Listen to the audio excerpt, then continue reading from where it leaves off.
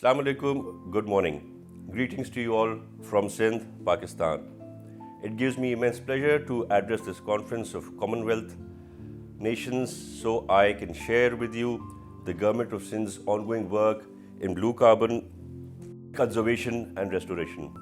I would like to thank the organizers, Conservation International, for giving me and my fellow panelists this platform to share our experiences and highlight our success.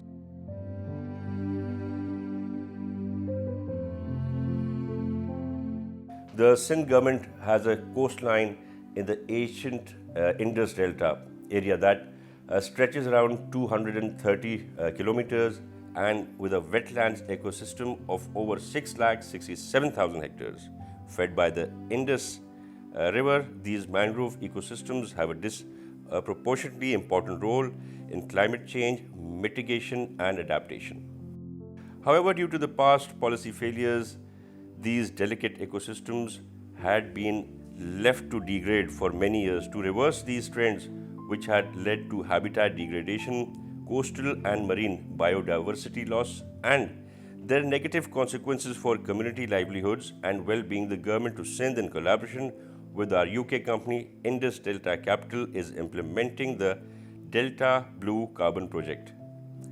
DBC-1 project, which began in 2015, has targeted the restoration, conservation and sustainable management of degraded mangrove lands over an area of 3,50,000 hectares.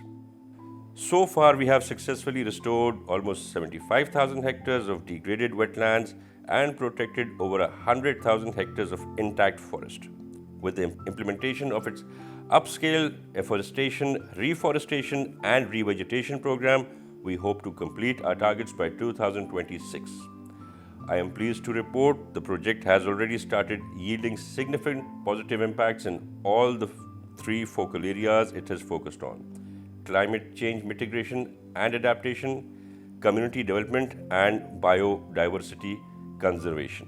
DBC-1 is a prime example of a project that demonstrates both the significance as well as viability of blue carbon projects.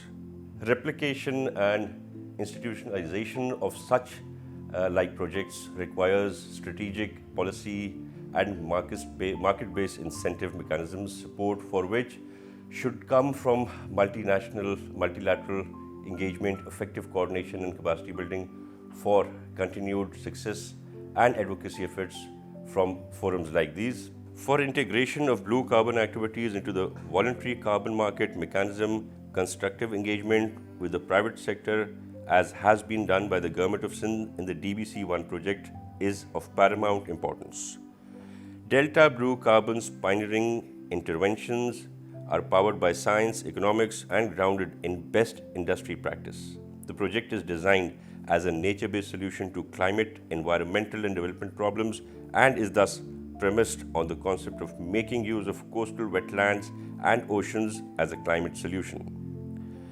It shows that restoration and conservation of mangroves and other coastal and marine ecosystems are an untapped potential for climate action. While preparing the project documentation, a number of considerations had to be projected into the future. These are necessitated by the fact that climate change and resulting sea level rise has implications for land use, changes including coastal erosion, landward ingression of intertidal zones, and carbon sequestration by mangroves and other coastal ecosystems, as well as coastal and marine biodiversity. These and other related fields need to be carefully investigated and studied. Therefore, relevant research scientists, bodies, and institutions have to play a role in identifying and closing gaps in blue carbon science. Since the success of the blue carbon projects heavily depends on the continued engagement. For the private sector and the local communities, it has to be ensured that the blanket use of blue carbon credits for nationally determined contributions have to be avoided so that the real potential of it as a nature-based solution is not compromised in the process. This is critical for realizing the ambitions and set forth for blue carbon as new frontier of conservation.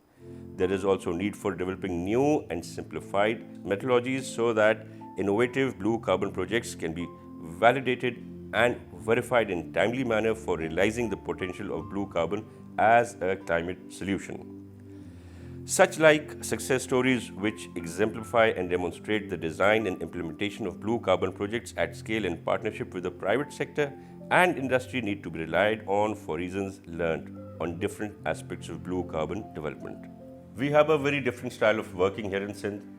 Me and my team, we have regular visits to all the mangrove plantations, the forestations, and as you can see here in this video, what we've done, the way we are preserving, the way we are increasing the plantations, and at the same time looking at all different avenues is all in front of you.